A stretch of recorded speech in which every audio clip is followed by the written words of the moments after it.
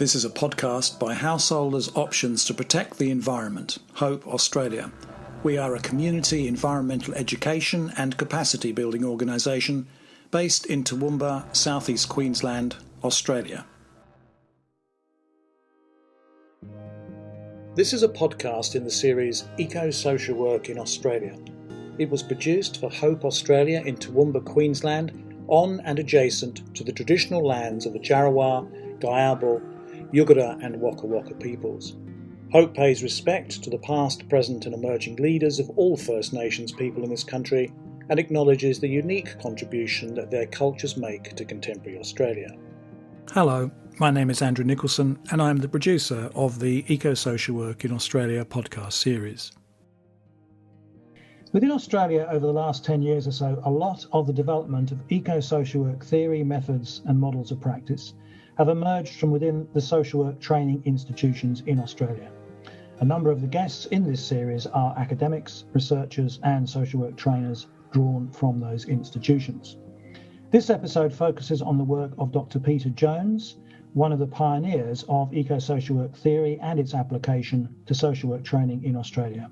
Peter is a senior lecturer in social work and human services at James Cook University, based in Townsville, Queensland.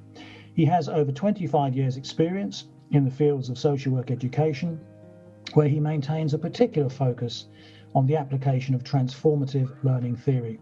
His other professional interests include eco-social work, sustainable community development, international social work, and international student exchange. He has published scholarly work in all of those areas. So welcome, Peter, and it's an absolute pleasure to talk with you today.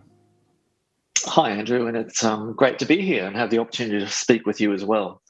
And I might just signal that I'm talking to you today from Yunbanun, or Magnetic Island, which is in Wulgurukaba country. And so I'd just like to take a second to just acknowledge the traditional owners of the country that I'm standing on at the moment, and to acknowledge that sovereignty was never ceded here. And such a beautiful part of the world to be broadcasting from as well. It is. Peter, I want to start the conversation, as with my other guests, by asking you to introduce yourself more fully, perhaps give us some highlights from your very extensive professional background, but also some insight into when and how you first became interested in eco-social work, particularly as it applies within the field of social work training. Yeah, thanks, Andrew. So as you mentioned, I'm a social worker. That's my professional background, and I currently work as an academic at James Cook University.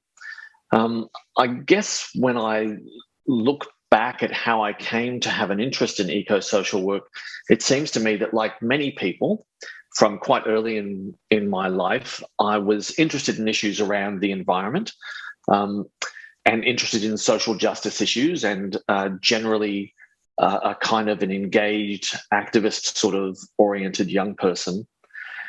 When I decided to pursue a career in social work, that was very much because I saw it as a profession which could accommodate a kind of a social change, social justice orientation. It was a place where I thought you could have radical ideas about the need to transform society and be paid for it. And that seemed to me like a good combination.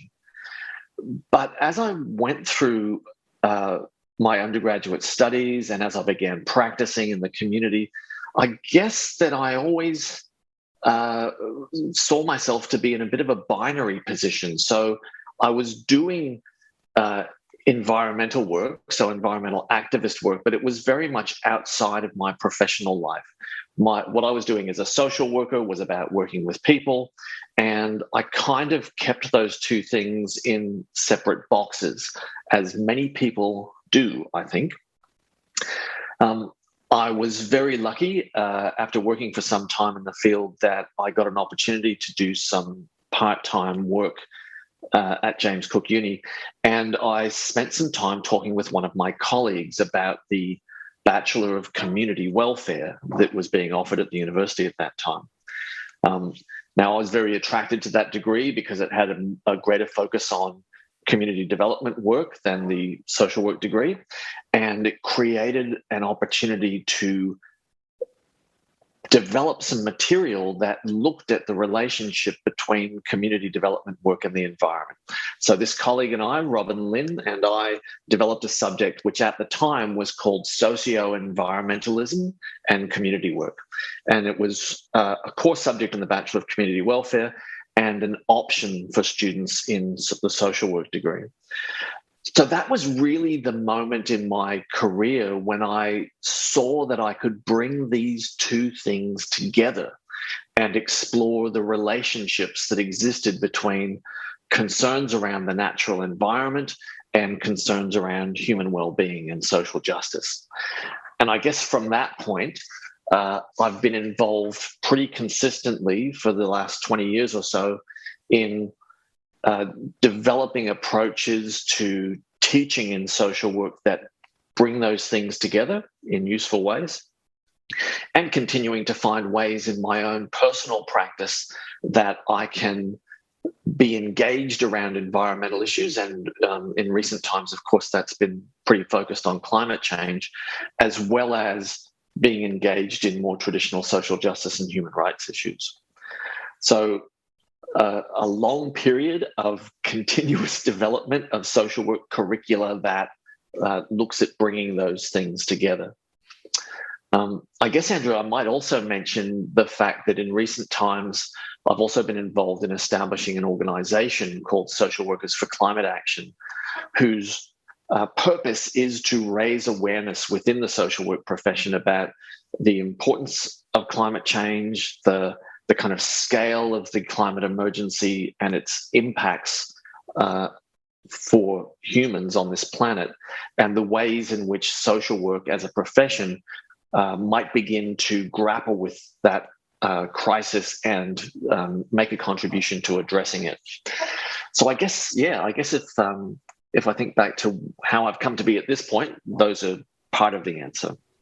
Fantastic. Look, really interesting to hear that sort of, a history of ideas, almost overview of how you came into the field, all that particular interest around eco-social work through the sort of community development pathway, I suppose, in some ways, or resonating with that, because I do get the impression that's one of the most obvious articulation points between traditional practice and eco-social work. The other one, I suppose, being the health sector. But nonetheless, very interesting to hear your personal journey into that. Can you now, moving to the next question about eco-social work practice, specifically in 2021, can you expand on that ground that you've already started to cover there?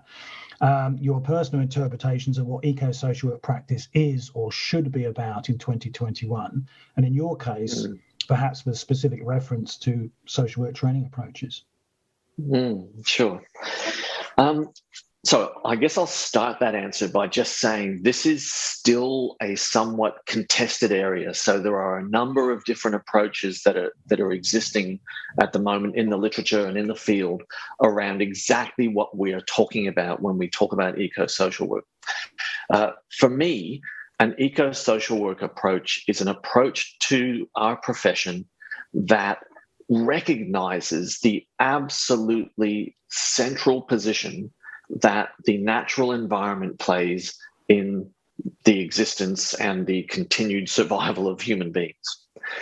So in other words, it's an attempt to overcome that binary that I mentioned previously, where we kind of put nature in one box and human beings in another box, as if they aren't part of the same thing.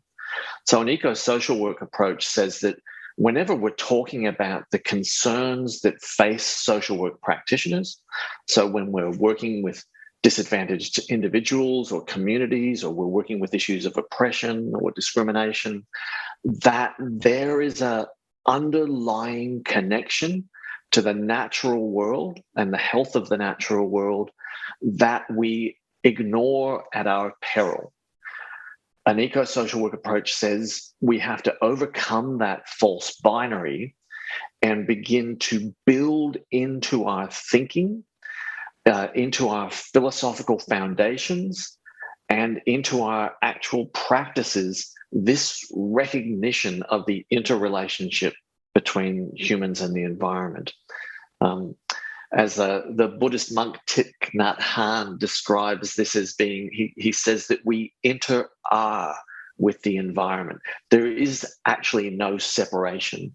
It's not something that can be put in a box and kept separate from the concerns of human beings. So that sounds like a kind of a simple thing, doesn't it, Andrew? That we just go, oh yeah, of course, nature, that's really important. But when we attempt to do that, we pretty quickly find that it challenges a whole range of the traditional philosophical underpinnings of our profession. We as a profession have our roots very much in the values and beliefs of modernity. And one of the characteristics of modernity is exactly that kind of binary thinking, the creation of those false dualisms that tend to separate people from nature. So if as a profession we really want to give adequate acknowledgement to the role that the natural world plays in human well-being, it actually means challenging some of those fundamental assumptions that we have carried forward with us as a profession. And that's not an easy thing to do. And of course, once you begin to challenge those fundamentals, everything else then comes into question. And we look at beginning to recognize that a deeply eco-social approach to the profession would involve some pretty fundamental transformative change, right through from those kind of basic concepts and ideas around social justice and human rights, right through to the practicalities of what we do in our everyday practice. So I guess that's a complicated way of saying that really what we're talking about here is a way of thinking about social work that acknowledges our interrelationship and our fundamental reliance on the natural world. Again, I think this is great. A great overview, intro to this subject, and we're going to touch upon this at several points in this discussion, because I know that you share with me an interest in really trying to nail down, as far as is possible at this very formative stage of eco-social work practice, what it actually is. Because I think for the actual practitioner out there, particularly perhaps younger generation practitioners, post-qualification, just coming up into the field for the first time, really getting a practical as well as a theoretical, but I think it's so vital and so valuable that you're giving a very solid theoretical input to this as well. And we're going to come back to the future aspect of this, of where this may go, because you're pointing to that transformative aspect of what this may mean for the profession. We'll come back to that later in the discussion. Yeah, go ahead. Yeah, sorry, I was just thinking as you were saying that, Andrew, that one of the things that's been really startling for me as I've been working with students to introduce them to this area has been the fact that when you first say, oh, we're going to look at this connection between human well-being and the natural world, people's reaction is kind of, well, yeah, okay, I get it. I sort of understand that. But, I joined social work to work with people. I'm not really all that interested in working with trees or ecosystems. And it takes a little bit of unpacking to really help people to establish, well, what those connections are and just how interrelated and reliant on the natural world we all are.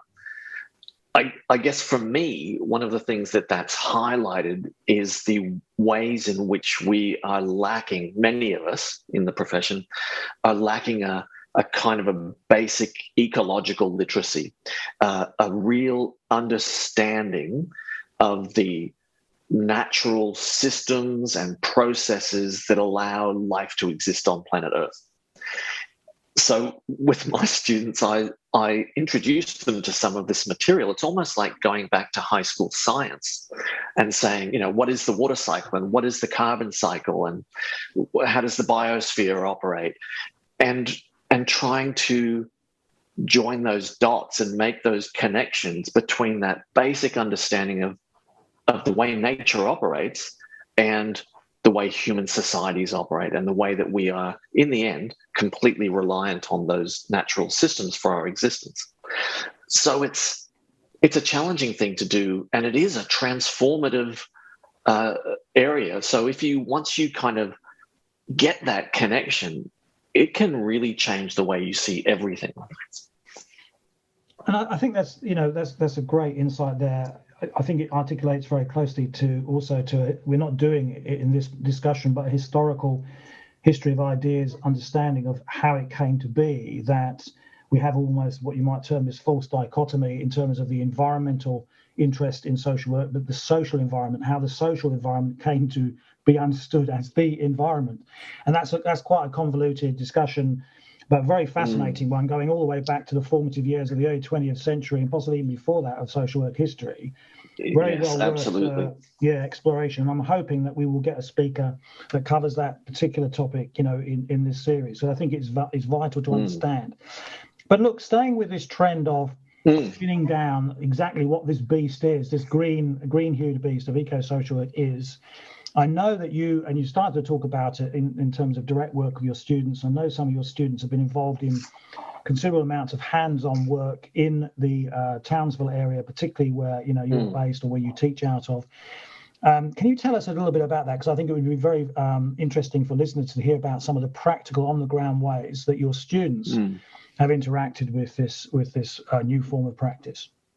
Yeah, absolutely. So this has taken place through a couple of avenues, I guess, but in most recent times through the Social Workers for Climate Action organization, where we've had students who are just simply members of that organization, as well as having students who are actually completing field placements as part of the organization as well.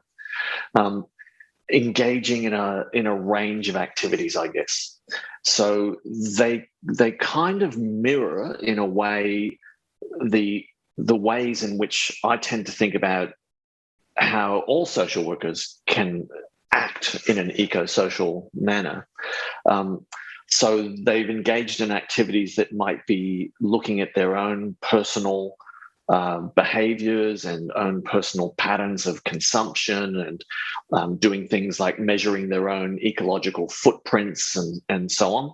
So developing some insights into their own lifestyles and their own ways of living that then suggest ways to change if they actually want their lives to reflect an eco-social understanding. So that's right down at one end of the scale, at that kind of individual action. But we've also been very keen for students to get experience of becoming involved in social action activities that might be either organised by themselves or where other groups in the community have organised social action. So, a classic example of that is the School Strike for Climate movement.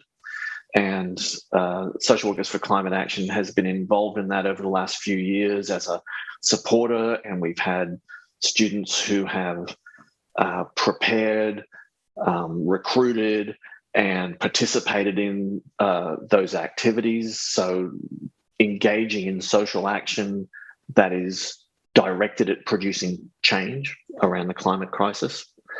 And at a more internally profession level, students becoming involved in developing and promoting opportunities for professional development in this region.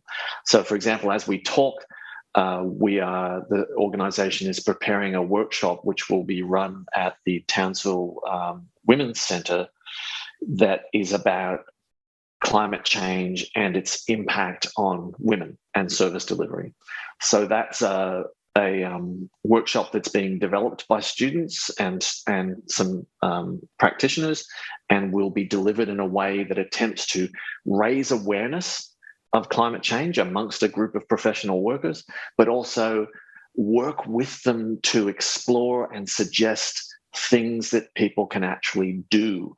So what are the actions that practitioners can engage in that will support the profession in addressing climate action, that will recognize the impacts of climate change on service users, and that mean that we can harness the power of the collective rather than simply focusing on individuals changing their lifestyles, etc. So I guess those are some of the things that students have been involved in particular.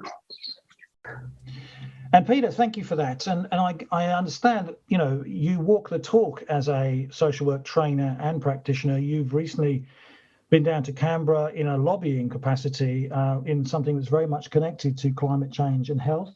So demonstrating that advocacy role that is one role within an eco-social work practice model. Can you tell us a bit more about that?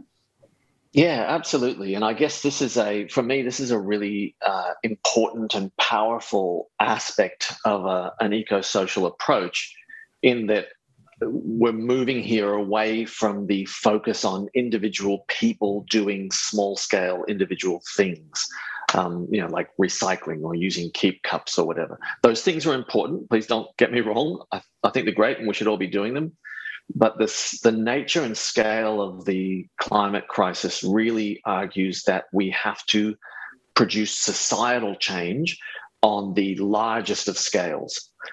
We're talking about on the national and global scale, if we are actually going to produce the changes needed. So that means that as social workers who are committed to an eco-social approach, we need to be looking for the opportunities to contribute to social change efforts and to produce political and institutional change. Obviously, as soon as you start talking about that, you are bumping up against the idea of politics and politicians and governments and the power that they hold in developing social policy. So just recently, I was part of a delegation of 30-odd people who went to Canberra to engage in a political lobbying event that was organised by the Climate and Health Alliance, where we broke into small groups of 4 delegates, and we spent an entire day going from meeting to meeting with parliamentarians. So across the length of the day, each small group would meet with a number of parliamentarians and talk with them about the need for urgent action around climate change. It's that kind of direct, face-to-face political lobbying that probably has one of the strongest or greatest potentials for producing change.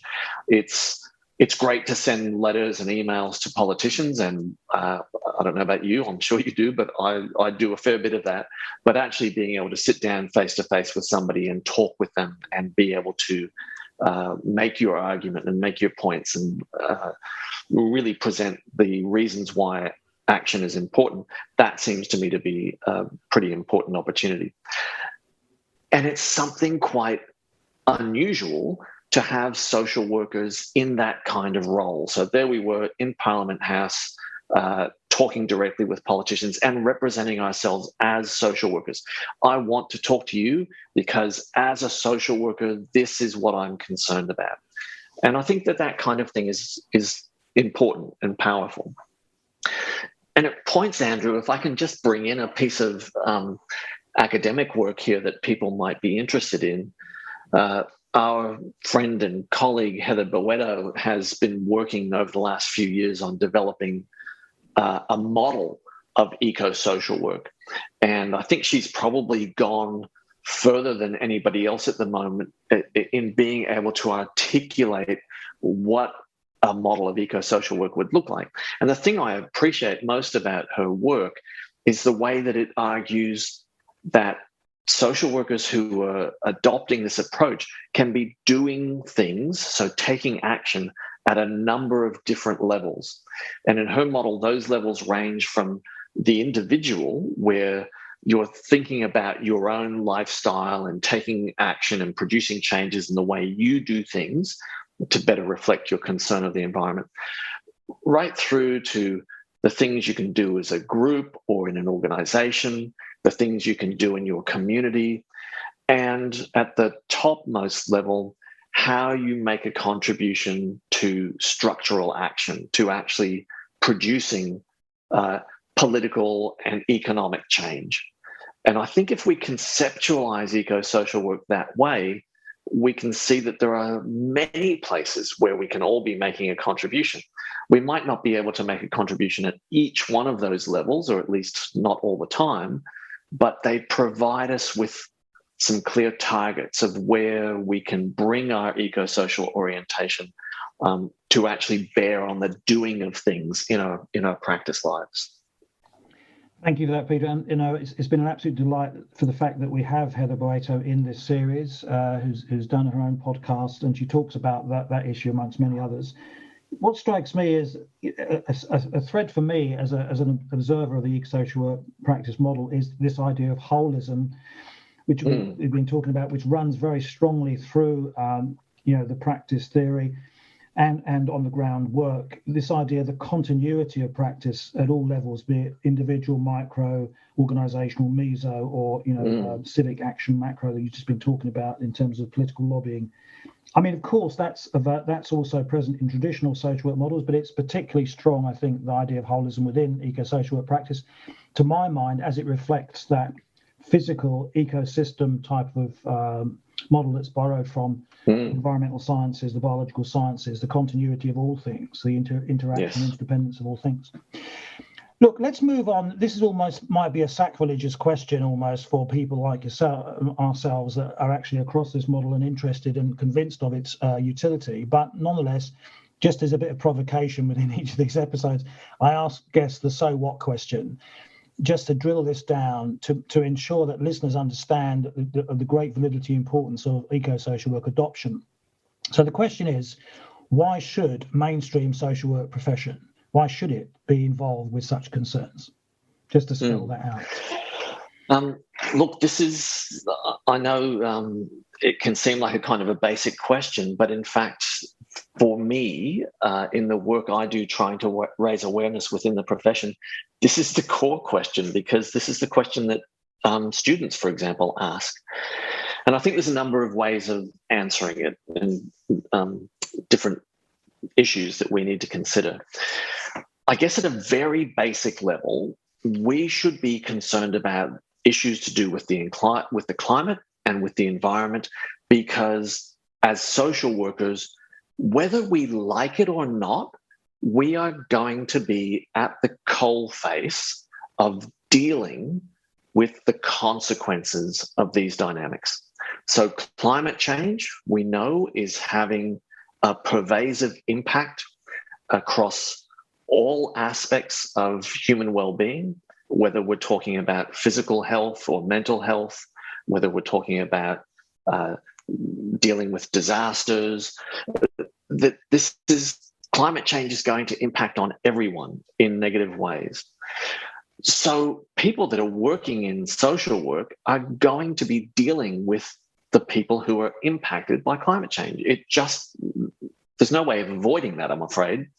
So even if you're not particularly concerned with issues around climate or the environment, you're going to be concerned with mopping up the impacts of those things.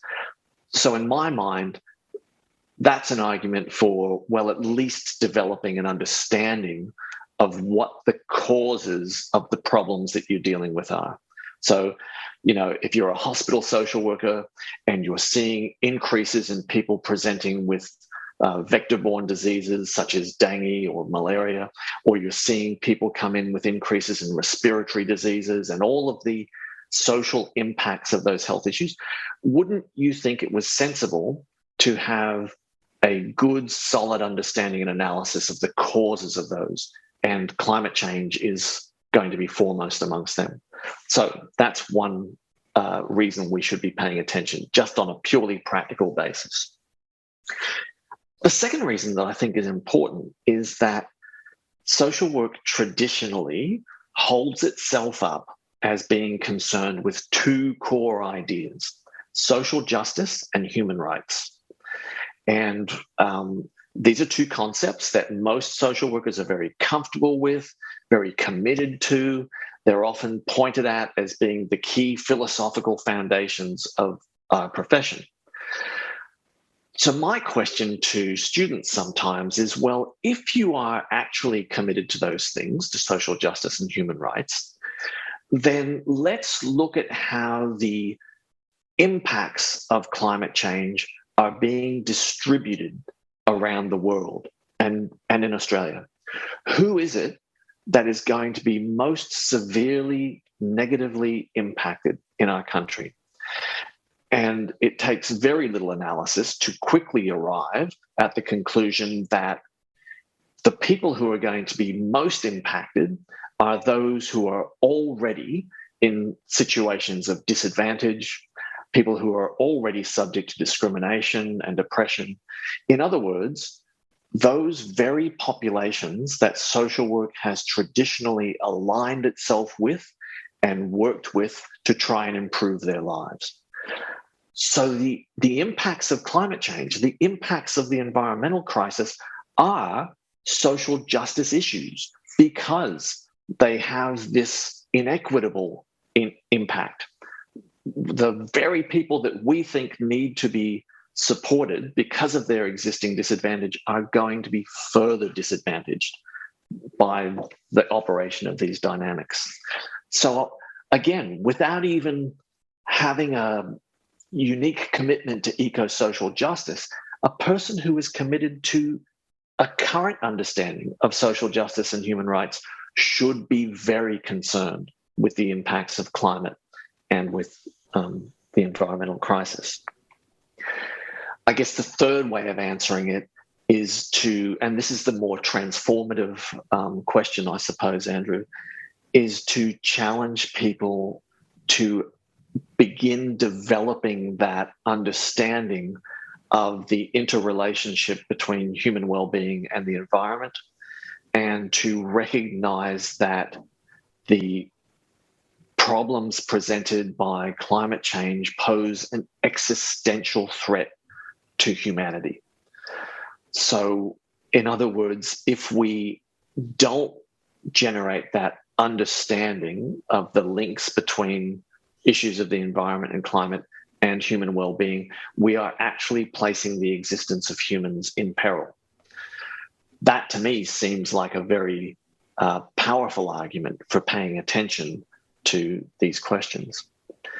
It's no longer enough to think that social workers can simply do the mopping up of the consequences and leave the drive for change or the understanding of the science to somebody else. If we really understand our connection to the environment, then we must recognize that we need to more fully engage with it, and that doing so imposes moral and ethical responsibilities then to take action to protect the planet, and in doing so, protect human beings. What a fantastic, comprehensive and comprehensible answer to that question of, why should I care, almost as a profession, the so what question. That's a brilliant unpacking of that, Peter. Thank you for that. Look, as we move through this very rich discussion, I now want to sort of start to shift the focus to the future. Eco-social work, as you pointed out right at the beginning, is still in its formative stage in Australian practice. There's a long way to go. Looking to the future, thinking about that in terms of a positive, visionary sort of take, I ask each of my guests what their sort of vision is for the future. We can always look at the extrapolative approach of saying, well, here's the current trends of adoption, let's say, of a particular model. But moving away from that and asking each guest what their vision is for where eco-social work practice could or should be headed, or where it needs to go in Australia to achieve its full potential as a significant practice turn or new operational framework, however you want to define it within mainstream social work. What's your take on this over, say, the next 10 years, the midterm future? Do you have a vision about where it needs to go, where it should go, where it can go? Yeah, look, I absolutely do have a vision, Andrew, because I think that we need a vision. We need to have some sense of where it is that we want to go, so that while we're on the pathway of change, we can actually measure and gauge whether we're making progress in the right direction. So if I look ahead 10 years, I would love to see that the profession as a whole has engaged deeply with the idea of an eco-social work approach. And by that, I mean that we have been open as a profession to examining and challenging the fundamental principles and beliefs that underpin the profession. Some of them, I believe, need to be changed. Some of them, of course, can stay right where they are. But we need to be able to be brave enough to go right back to those core basics and be open to challenging them in the light of our understanding about the relationship with nature. I think that if we are brave enough to do that, then a number of other things flow from that. One of those being that social work education 10 years from now may look significantly different from what it looks like today.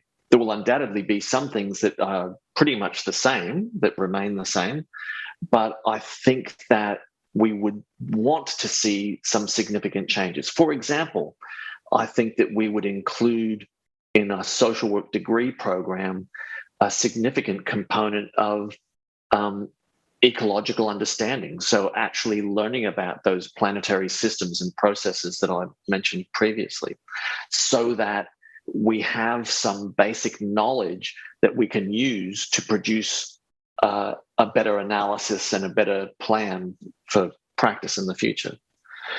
I think that practice itself will be changed. Again, we're not saying, stop working in the places social work works now. I think that where we are at the moment, many of those positions and many of that work will look very similar in the future as it does now, but that the philosophical position that underpins some of that work will be different, and indeed we may find ourselves working in new areas. So right at the very beginning of our chat today, Andrew, we talked a little bit about community work and community development. As you'll be aware, this has been at various times historically a more central part of social work's identity. In more recent decades, that's kind of fallen away. I think we'll see a resurgence in that, because I think social workers will increasingly recognize that when it comes to making the necessary adaptations to a changing climate, or indeed harnessing the power of the collective to mitigate against climate change, that work at the community level offers great potential. So I think that we'll see an increased emphasis on doing that kind of community-based practice that's addressing the issues of adaptation and change around things like the climate. So I think overall, in 10 years' time, what we would be looking to see is a profession that retains many of its most positive attributes now, but that has extended those attributes and transformed some of them into something that is a more realistic and authentic recognition of the role of nature, and a commitment to working with people to bring about the kinds of changes that will be needed in a climate-challenged future. Now, all of that's going to be centrally important. I did want to make sure that I said something about the degree to which these changed kinds of practice approaches need to have a critical dimension. Of course, a critical dimension is normally thought of as being an important part of social work. And what that has generally meant is that we are not simply content with dealing with the problems. We want to develop a good critique of the causes of the problems. We want to ask questions about power. Who has the power? Where are the resources? Who's disadvantaged and why? Who gets discriminated against and why? Those are all aspects of a critical approach. So in other words, it brings a socio-political critique to our understanding of the current situation. That same emphasis needs to apply, perhaps even more strongly, when we start grappling with an eco-social approach, because it's absolutely not enough to simply say, oh, we need to, what we need to do? We need to get all the plastic out of the ocean. We need to stop people using straws in their drinks, or we need to get the recycling system working better. That kind of level of analysis is just not going to produce the kind of change that we need. We need a level of critique and analysis that points to who has the power, to what are the forces that are actually currently operating to stop governments and corporations from addressing climate change in a meaningful way? Who benefits from slowing down the change that's needed? Who's going to be most disadvantaged in our society if these changes aren't brought about quickly enough? So an eco-social work 10 years from now will be doing some things the same, but with a different understanding underpinning it. It'll be doing some things differently because we'll be engaging in new areas of practice. We'll see an educational process that integrates in a much more coherent way the interrelationship with nature. And all of that would be taking place within a model or a framework that includes a strong critical component. If I can see that in 10 years' time, I'm going to be very pleased with the way things have gone. And you won't be the only one. I think, you've just outlined not only, in answer to the question, but the value of inspiring narratives, but narratives that are anchored to real possibilities. This isn't just a kite flying exercise. I mean, everything you've said there, seems to be, in theory, at least doable.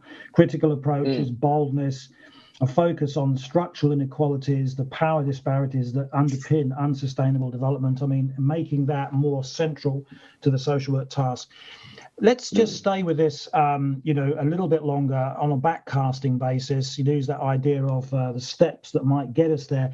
You've already pointed to some of this stuff, but I mean, just to give you an extra opportunity, do you have any ideas, for the next couple of years, the very short-term future, say, some immediate steps that might start to move us towards that very edifying, very exciting vision you've just outlined?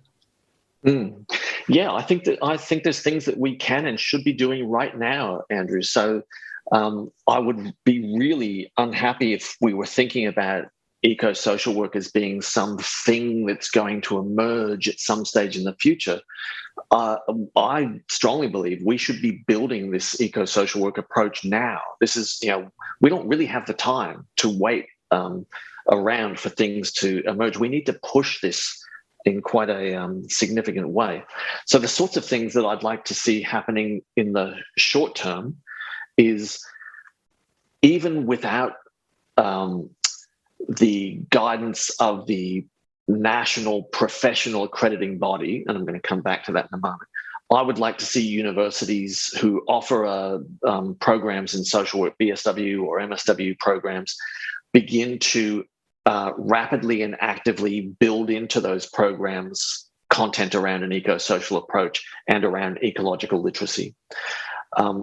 Curriculum change is challenging, it's difficult.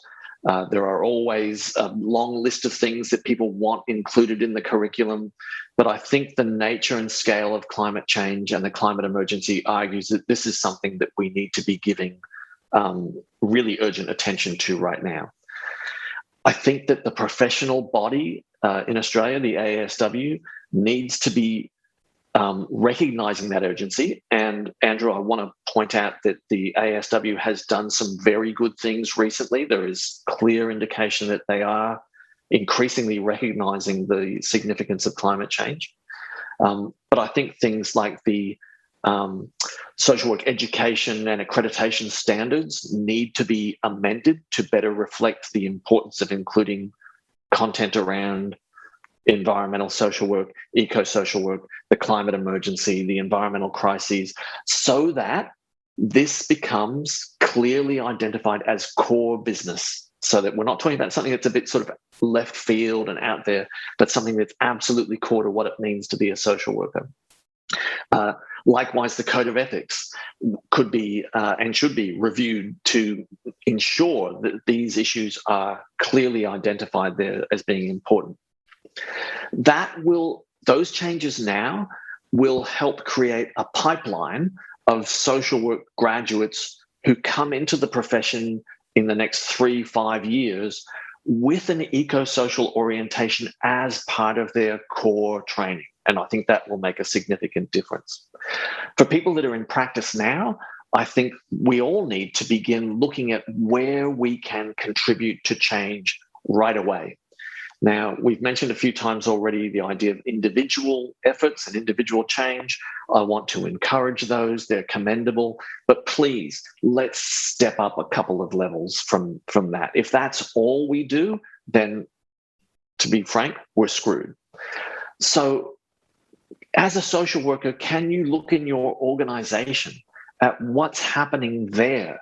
What's the level of climate awareness in the organization? Is there something you can do to facilitate greater awareness within the organization? What are the sustainability practices that are in place in that organization? And can you do something to produce change there? Can your organization add its voice to NGOs and social movements that are agitating for change in the climate arena? Is there a contribution that the organization can make there that you could drive or that you could be a part of? What about in your community? Outside of your workplace, are there groups and organizations that you could join or support, or that you could get involved in, who are agitating for change, who are working in that space? Social Workers for Climate Action, I think, is a good example of that. You know, it's some place where people can make a contribution that is part of the push to get the profession moving in this direction. And I guess as individuals and as organizations and as groups and communities, we need to be asking ourselves, are we engaged in the structural struggle? Are we actually making contributions to the drive for structural change, the kind of economic changes, the kind of policy changes, the political changes that are going to be needed if we're actually going to address the consequences of climate change? So none of those things, Andrew, needs to wait for 10 years' time. They don't need to wait for 3 years' time. These are things we can be doing right now. And I would argue we should be doing right now. I think we have an ethical and moral obligation, a responsibility to be doing these.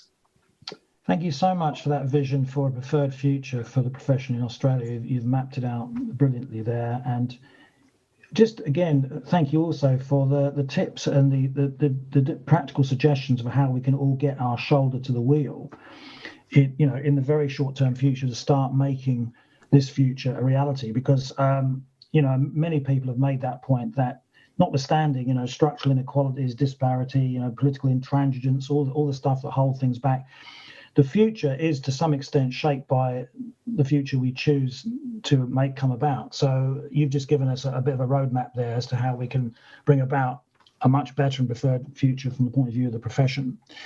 Just though, to stay with that, and you've already touched upon this, you may not want to say any more about it, and this podcast series dwells very much on the progressive and positive aspects of the diffusion of eco-social work ideas and interventions. You've just given us a brilliant example of this, a smorgasbord throughout the discussion.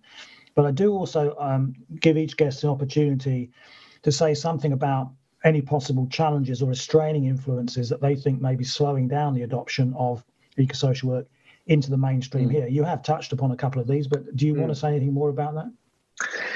Yeah, I will say something, Andrew, because I think it's often quite useful to identify what some of the obstacles are, because it then gives us some more targets for change, I guess. I think there is a philosophical obstacle. In other words, when we begin talking about an eco-social approach, I think this is decreasing, but there has certainly been some immediate philosophical resistance that says, oh, is this really our job? Is this our business as social workers? Like, isn't that stuff that somebody else does? And I think we need to continue to develop ways to overcome that resistance. I think that's one of the reasons why I am so passionate about the idea of mainstreaming an eco-social work into those foundational professional documents like the Code of Ethics and the accreditation standards, and into social work education programs, because I think doing that clearly identifies that this isn't just something else or an extra add-on, that this is actually core business for us. So that philosophical resistance is an obstacle.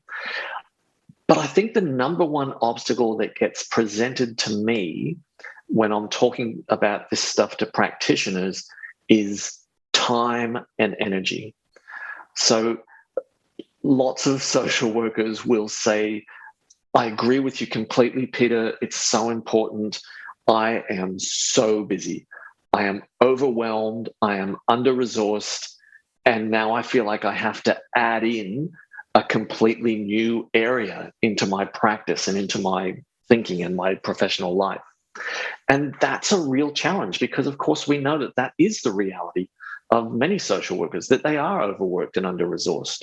And this can feel like yet another demand being placed upon them. I think the response to that is to recognize that this is not something extra to be kind of bolted on to their practice burden, but is actually something that is integrative.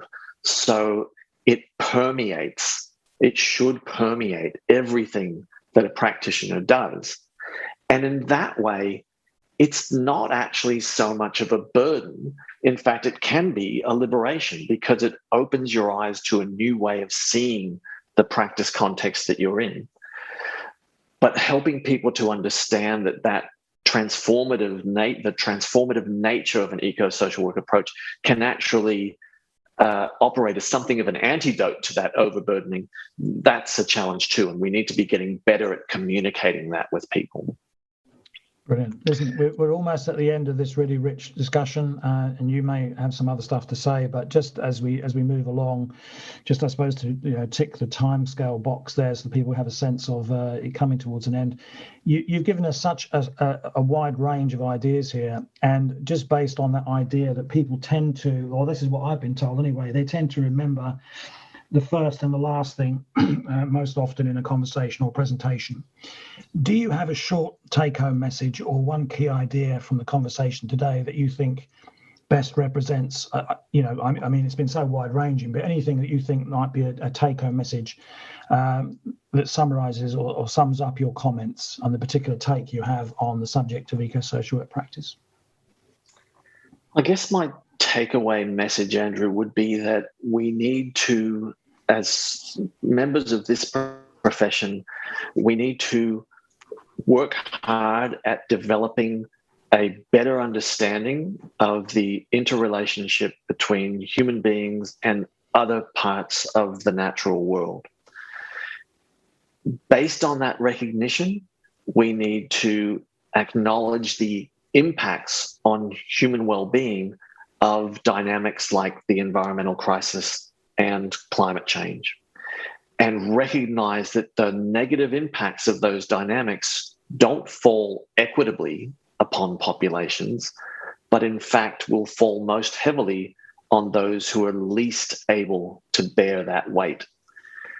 As people with a commitment to social justice and human rights, we have an obligation, therefore, to address those problems, those causes of the discrimination, the disadvantage, the oppression that is in the pipeline. So I think that we can and should transform the way we think about the place of social work so that it better includes an understanding of the natural world. But we should hold on to our commitment to social justice in recognizing that environmental impacts are not going to be equitably distributed. That combination, I think, gives us a very solid foundation for arguing for and implementing an eco-social approach. Nice, really nice, succinct summing up to end on this really fantastic and interesting discussion, Peter. I just want to say that does complete the interview. It's been a privilege to talk with you today, and I'm certain, absolutely certain, you've given our audience some great ideas which could help inform their own thinking, help them start further conversations themselves on the subject of eco-social work adoption with their friends, colleagues, within employing organisations, in their professional associations or advocacy groups. It just remains, though, for me today, on behalf of Householders Options, to protect the environment, to thank you very much for your time. You're very welcome, Andrew, and thank you very much for this work, because it's just so important to be getting this message out here, and I really appreciate the efforts that you're making in that regard. So cheers. You've been listening to a podcast episode in the series Eco-Social Work in Australia, produced for Householders Options to Protect the Environment. Please consult the episode text notes for possible references to topics discussed and relevant contact details should you wish to respond to anything you've heard. My name is Andrew Nicholson, producer of the series, and thank you for listening.